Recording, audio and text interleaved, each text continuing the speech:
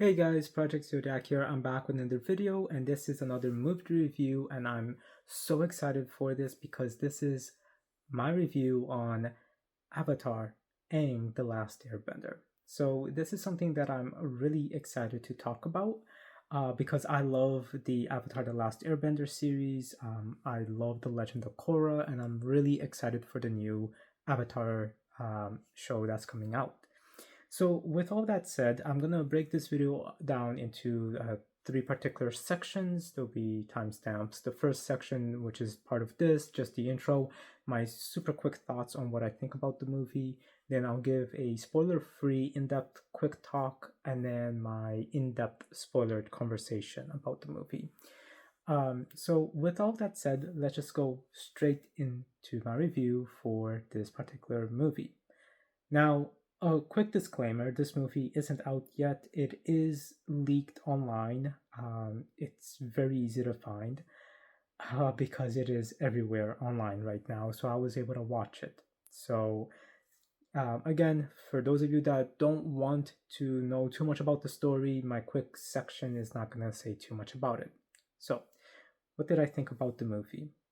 So I loved this movie a lot. This is amazing. I feel like it's a very beautiful animated movie. The animation for it is amazing. It really focuses a lot on Aang, and it's a perfect transitional story from Avatar: The Last Airbender's time to what we see in The Legend of Korra, the way that the world is. Uh, so I really liked that a lot, and I thought that it was really emotional and impactful, and it also taught a very beautiful lesson as well. I did have a few issues with the pacing. I felt like the pacing was way too rushed, especially in the end. The ending part of the movie was super rushed. Um, Especially like right after the final battle, like that last little section was just like, let's condense these big things into like 3 minutes. Um, so I thought that the pacing could have been a little bit better. It could have been a longer movie. And I overall just think that the movie itself could have used the original voice actors, but the new ones aren't bad either. Um, I do think that overall the movie does some really cool things with Aang, and it just with the world of Avatar in general, and a couple of the things that was revealed. So yeah, overall I loved the movie. Could have just been a little bit better paced, and that's really just like my main. Oh, and well, Zuko does basically nothing in this movie, but other than that, everything else is really good. So I really like this movie. That's just my quick spoiler free. Just here's my thoughts, summary of everything. So if you want to stay for the rest of the movie review, thank you. If you don't, I understand, and thank you for watching up until this point. So with all that said, now let's go into my spoiler-free in-depth talk. Now, in this particular section, I want to focus a little bit more on the characters and their relationship because that's the biggest thing about this movie is the character, especially of Aang. So we really see, again, without going into much detail, it's like we really just see him still healing from the fact that he is the last airbender, and I love that. A lot of people were complaining that this is basically like the biggest complaint that I saw in this movie about this movie online is that a lot of the supporting cast is not here, which is true. That the main villain is basically, you know, Zahir, and that it's basically that this whole movie is basically season 3 and 4 of Korra, and that Aang apparently has anger issues that was already resolved in the original series, and that they make it forced. So I've been seeing these exact comments all over the internet. So I was expecting the movie to tackle these particular points, and really that's not what it does at all. So with Aang, again, it's not a spoiler. I'm just trying to make this really clear. It doesn't really have any anger moments except for something towards the very end of the movie during the big final battle. But throughout the movie, he's just upset. He's, just trying to live as the last airbender. And that's something that wasn't actually addressed. I mean, he's in his 20s now. So it's one thing that I love as well is seeing like him because I'm in my 20s. So seeing that is cool, just how he would be. Um, but, the fact is, though, that he's young still. He's in his 20s. And, some people say it's early 20s, some say middle to late 20s, but the point is he's in his 20s. For me, I think it makes sense if he was in his middle to late 20s, but um, anyway, he suffered like a situation where when he was little, when he was 12, he had to be forced to put aside his feelings of how he's the last airbender. So he wasn't really able to process that too much. There was only a few moments where he was able to like show his emotional side to that, but it always kept having to be a reminder for him of like, hey, you need to do your mission. So he never really had the opportunity to really focus on that, and that's what this movie does. But it doesn't focus on him being angry or dealing with anger issues or anything like that. It's really just him being melancholy. And I thought that that was realistic. Like, this is a dude who hasn't been able to fully process that he's the last of his kind. So I like that they focused on that. I loved that, we see that he is happy. We see him doing all of these things, but he's melancholy in general. And I thought that that was really cool to see. I love seeing his relationship with Katara, and a couple of the comments even kept saying like the whole point of Katara was just to hug him. It's like, no, we actually see them as an actual couple now. Like, I read all of the comics, the Avatar: The Last Airbender comics, even the Legend of Korra comics, and we do get to see a lot of that there as well. But to see it like in a animated format, it's really really nice because honestly, more people are going to be watching this movie than they will be reading the comic. So to be able to show this in a bigger scope for a bigger audience, it's nice that we finally get to see that we finally get to see Aang and Katara as a couple versus what we got in the original show. Again, if you read the comics, you do get to see that, but it's nice that now in a video format we get to see it as well, which most people will be watching. So I really like that. Her role there isn't to just be there supporting him and hugging him, it's to be his wife, to be his companion, his best friend, and taking care of him and, talking with him about certain things. And I really like that a lot. Um, and then, I thought that that was really well done. We get to learn a little bit more about the air nomad history, and I thought that that was so cool to see, which I'll talk about in the spoiler section. And it's just, it was so cool. Like, as we get to learn more about it, through Aang and what we discover as the movie goes on, like, there's a lot of cool things. Um, I also really loved how all of the characters still are. They're themselves just older. Another complaint is that people kept saying that this just felt like an extra long episode of the show, and I just kept thinking, what are you guys talking about? This is definitely much bigger scope, and you guys are really nitpicking the stupidest little things. So yeah, I don't know, but yeah, I loved how everyone was basically the same. I loved how Zuko, we get to see him as a Fire Lord for a little bit. That was cool. Again, my complaint is that Zuko barely does nothing. Like, Toph does more than Zuko. So I wish we got a little bit more of Zuko.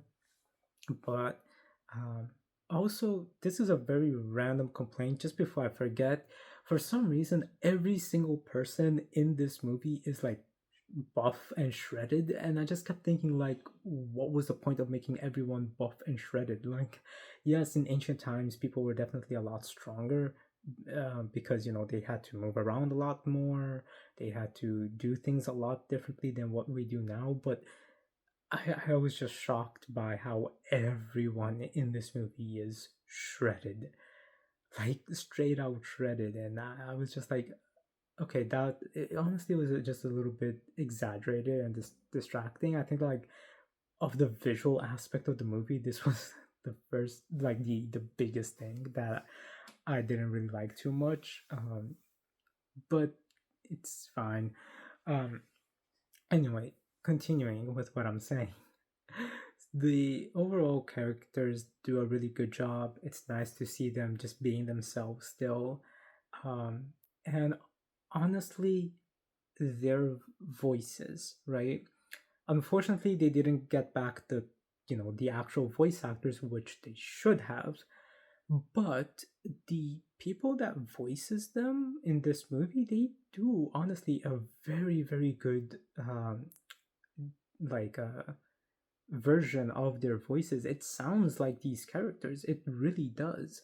The only one that I felt like didn't sound like the character too much was Toph. Uh, but there was a few moments where it does. But I'm not talking, again, just to be clear, I'm not talking about vocal, uh, speech patterns or anything like that. That's not what I mean. Yes, they're written and they speak as they usually always did. I'm talking about the actual just voice, how their voice sounds. Because there's lots of controversy that it's not the original voice actors. So they're written the same way, so their speech is the same, but the voice is very similar to the original voice actors. So it wasn't too distracting. In fact, it was just like their voice just a little bit different to sound a little bit more mature, but still their voice. Because with voices, it's interesting. Some people's voices really don't change, or there'll be very tiny little change where it's barely noticeable. Only if you really focus on it. It just sounds a little bit more mature, but still the overall general tone and voice. And then some people's voices, they change a lot. And it's shocking, and it's for both genders too. So, uh, in this case, you could see that it was just their voices didn't really change. It's just a little bit more mature in some aspects, uh, but the voice still sounds basically the same. But then, if you're gonna go out of your way to do this, why not just get the actual voice actors from the show to voice them? So I'm glad that the voice actors that they at least went with is very close to the originals. But if they wanted to go that close, why not just get the originals? Maybe they tried and not all of them could. I don't know. But so it's not even a complaint I have with the movie. It's just me just trying to understand it. Uh, but anyway, Cabbage Man is here, so I'm glad that he's here. And yes, there is a oh no my cabbages, so that was nice. Um, and then we also get the villain. And yes, the villain. I'm not going to talk about the villain here. It's going to be in my spoiler section, but the villain is super predictable. The movie is pretty predictable, but that's not the point of the movie. The point of the movie is to still just tell this cool, amazing story about Aang and him coming to understand he is the last Airbender and what that means. Um, and I thought that, again, that is really cool. And yes, there is a villain. Yes, the villain is super predictable, but this villain was really, really cool. Now, a lot of people kept saying that this villain is basically Zahir from The Legend of Korra, but not really. Again, I can't say too much about this without going to spoilers, but this villain, like, his motives is completely different than Zahir's motives. This villain is a lot different in what goes on in the mind. Um, so it's just, yeah, I don't know why people get that. I'll talk a little bit about that in the spoilers section because I think there's only one way that they can think of it like that, but no, they're totally different. So overall, though, like I like the villain, and the villain was actually really brutal and does a lot of damages, um, in very unique ways. So I thought that that was really really cool. So overall, I liked it, and I liked the villain's integration into the story and what happens basically. So I loved this movie. Um, yes, I would have loved to see it be a little bit longer and the ending not being so rushed. But what we got is really good, and I did get a little bit emotional at the ending of the movie too. Again, I know that there are the comics. I've read all of them. And I wrote my thoughts on all of them, so I do want to review them on this channel. Um, but I still wanted to see something with Aang as a as a young adult or a little bit older, like maybe in his 40s or something, like like a movie or a show. And I'm really glad that we finally got that. So I love that a lot. And again, the animation for this movie is amazing. There's this one scene when Aang is talking with one of his past lives, which I'm not going to go into spoilers about. But this scene is surrounded with like it's just pitch black, and then there's a bunch of like really trippy and colorful waves and of energy and stuff like that going around, and it's just so beautiful. Um, in this particular conversation that he had with one of his past lives, and it's just something that it was done so well. You can really tell there's a lot of care put into this particular movie, and I loved it. I really really loved it. Like my friends watched this movie before me, and they kept begging me to watch it already, so that they could talk with me about it because they were just so amazed with it. Um, so watch this movie. This movie is amazing. Um, Now, unfortunately, Paramount removed it from theaters and is now streaming and online, if you know. But I just always recommend support the artist in this movie, support the studio because we want more movies like this. So please support this. Watch this on Paramount Plus. Paramount, please. I hope that they can release this in theaters for fans. Um, because when the movie leaked, everyone kept asking, like people who watched it, they kept asking for it to be released in theaters. Like they watched this and wanted to watch it in theaters again. How often do you get a situation like this where your movie literally leaks online months before and people go and watch it and then still beg you to release this movie in theaters because it was that good and because they want to support the work in theaters because it's a beautiful piece of art. So, yeah, hopefully Paramount hears this and actually does put it in theaters for fans, maybe as a Christmas celebration or something like that. But now, with all that said, please support this movie. Thank you guys for watching my spoiler free talk. Right now, I want to get into the spoiler section of it because there's a lot I want to say. So, with all that said, if you want to stick for the spoiler talk, thank you. If you don't, then thank you for watching. Let me know what you think of the movie if you've seen it or not. With all that said, let's go into the spoiler talk, which is not too much of what I already said.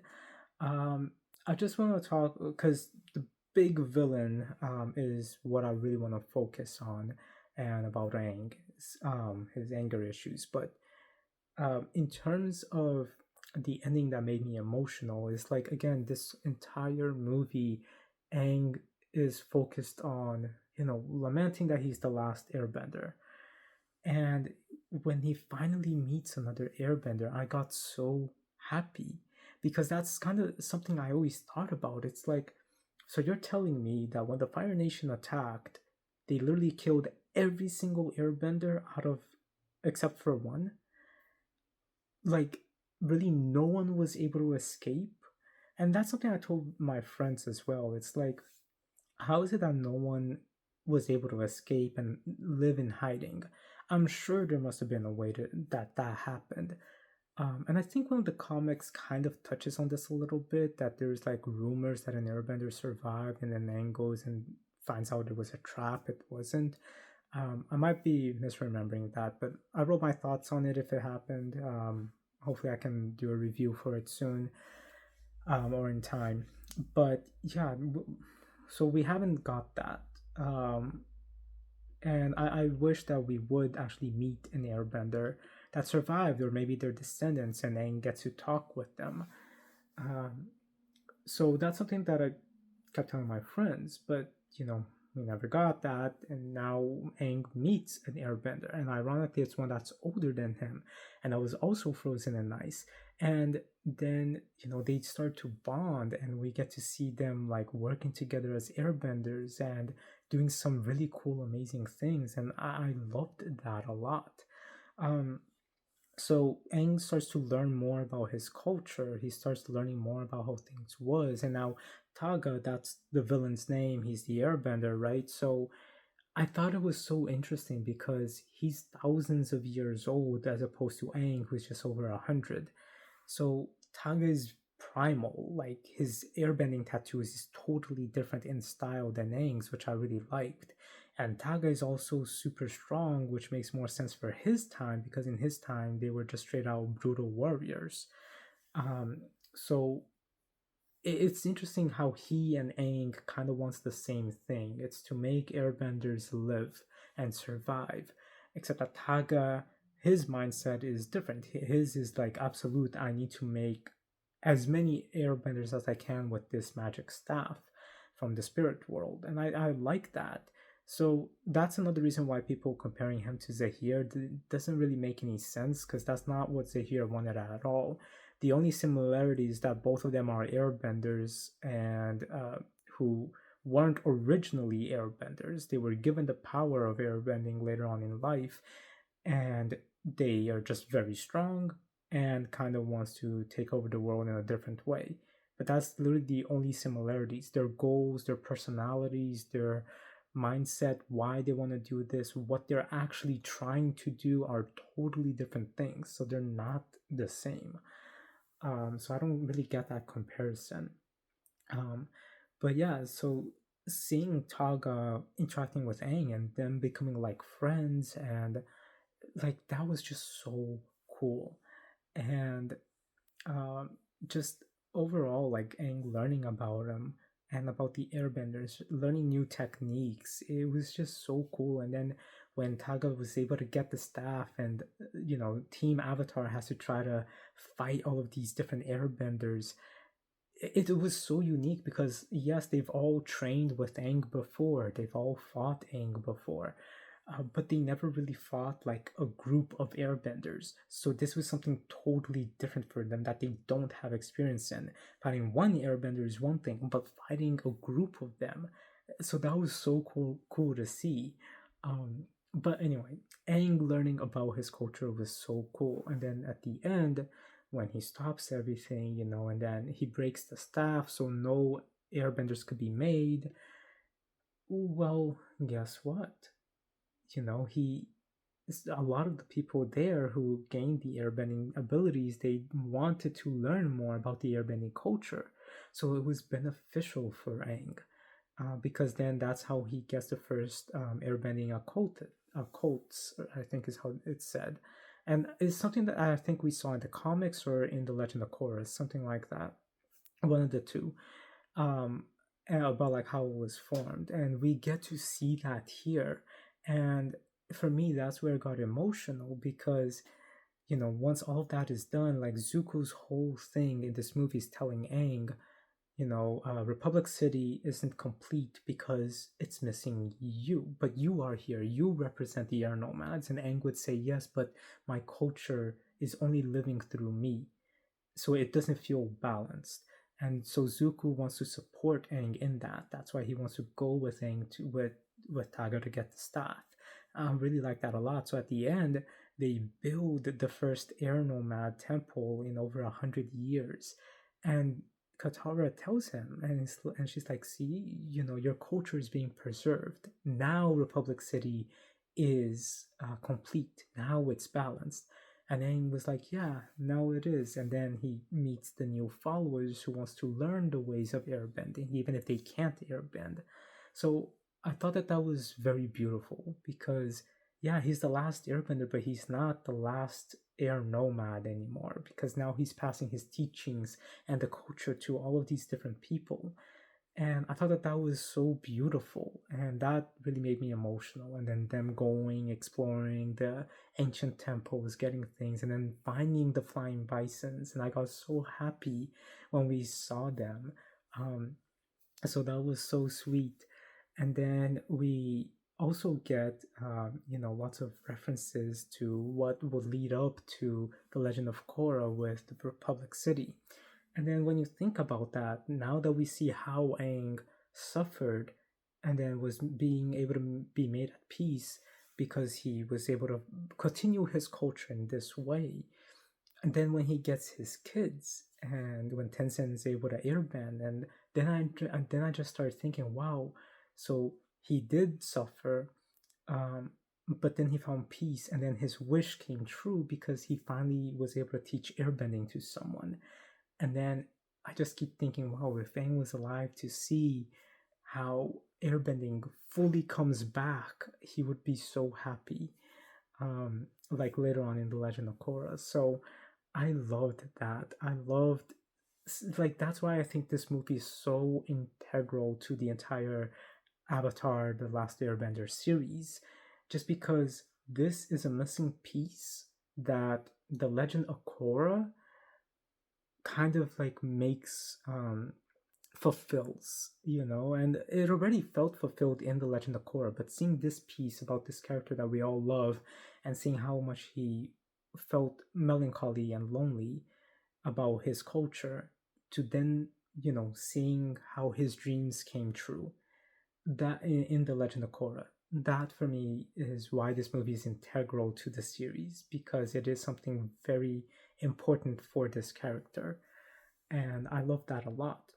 I also loved hearing that in Taga's time, the Air Nomads was basically almost wiped out by the Earth Kingdom. So I find it funny that like the Air Nomads were like the most peaceful race, and everyone keeps trying to kill them for some reason. And then two of them are already trapped in ice for over 100 years. So it's like it's interesting that that happens twice with air nomads. That two of them get stuck in ice and are basically in cryo sleep for like centuries, and also that their own race keeps getting wiped out. But that's another thing that I thought was very beautiful, which again follows up on Korra, where it shows that even if a race or a culture gets completely wiped out in the world of Avatar: The Last Airbender, things in the spiritual world helps bring balance back. In Taga's time, it was the staff. In Aang's time, it was him teaching people about the culture, and then in Korra's time, it was that ability being present again and coming back. So it's really interesting how balance always finds a way to come back, even if it takes a long time. Um, and I love that a lot. Now, as for Taga, again, I thought that, oh, and right before Taga, I loved the fact that Aang is now the one that says, "You've been asleep for over 100 years." When I heard that, I was just like, "Oh, this is genius! I love it." It's just so nice to see Aang saying that, especially to another Airbender. Um, so, because he knows better than anyone else what is going on. And I also love that Aang and Taga both have the same goal. They want to preserve their people. Taga just has a more uh, dictatorship kind of mindset in how to do it, whereas Aang tries to find more peace and balance and harmony in how he wants to do it. And that's what leads him to be very angry at the end, is because he had plans to use the staff as the missing avatar, I forgot her name, um, the one that created the staff. He wants to use it as she did. Taga doesn't. So I like that Aang chose his own path. Like, yes, he blames Taga for ruining the dream, um, and was about to kill him, but then he's like, no, I have a different path. I can make this work.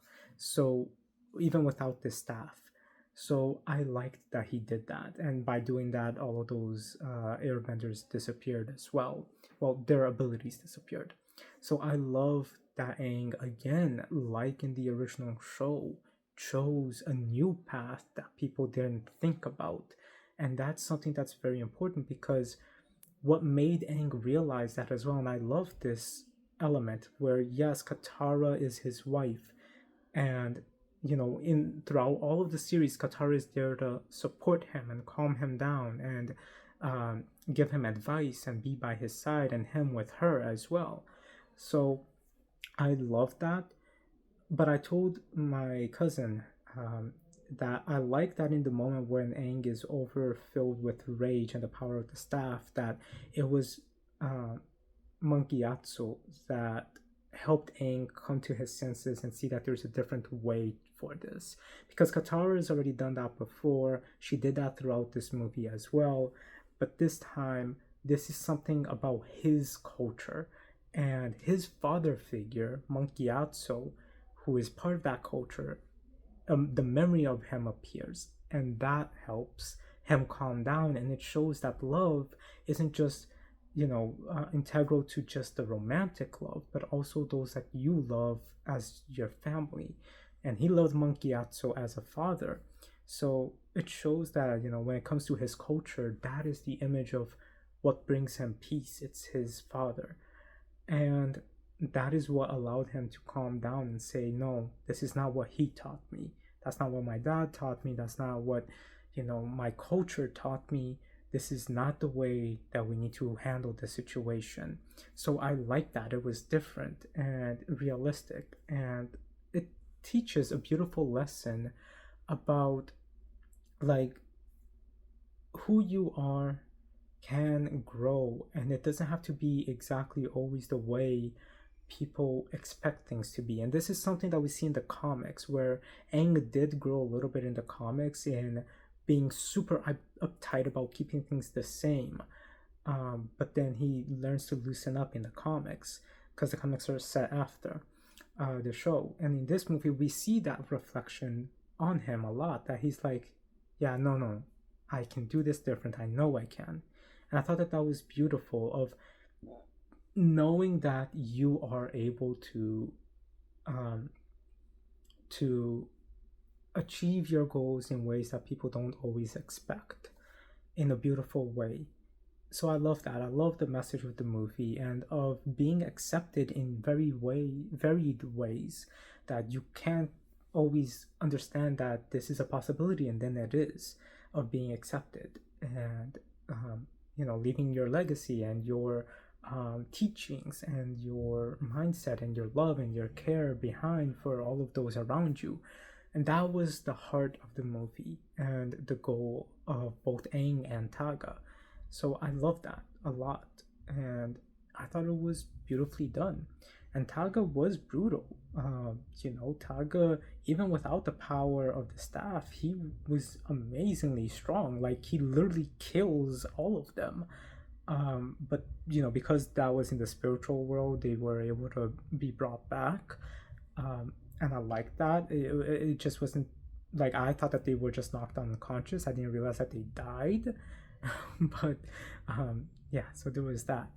But overall, like, he was an amazing villain, and I think a bigger threat than the Fire Lord. And it was just really, really impressive overall. So I just think that this movie was fantastic, and I think so much care and love was put into it. Yes, lots of things were predictable, but especially about the fact that Taga would be the villain, uh, and that he would also want to have the same kind of goals with Aang as they start talking. But I loved how they interacted with each other, and how Aang still forgave him, and then Taga came to his senses, and he's like, look, maybe you're right. Maybe I'm not doing this the right way, but I believe that maybe you could find a way to do it then. So I thought that was really, really nice. That he admits that his ways isn't the best. He just really wanted to protect his people. Um, so I thought overall that the movie was really good. So hopefully we get more of this. I'm excited for the new show I want to rewatch the series pretty soon. Actually, I watched the movie with my wife. She's never watched the Avatar: The Last Airbender series before. We started watching it. We're about, I'd say, about halfway through season one. But it's been like 3 months since we started it, and then we got caught up with other shows and movies. But she's enjoying it, so we watched the movie. So it's a big spoiler for her, but um, she really liked it a lot too. She thought it was very beautiful and she loved the story. Beautiful in the sense of the story, and she loved the visuals as well. She thought it was all very creative and just amazing. So hopefully we can finish the show soon, and then she can also watch The Legend of Korra all before the new show comes out, because I'm very excited for this new show. But with all of that said, guys, thank you so much for watching. Again, please support this movie when it's out in Paramount Plus. And if you can see it in Paramount Plus, please watch it. If Paramount does release this in theaters as an event or something, please go watch it. Show them that we care a lot about Avatar, even if this movie leaked. This movie deserves to be watched, and it deserves all of the praise it's getting, because it is amazing. So with all that said, guys, rate, comment, subscribe. I'll talk to you later. Have a good day.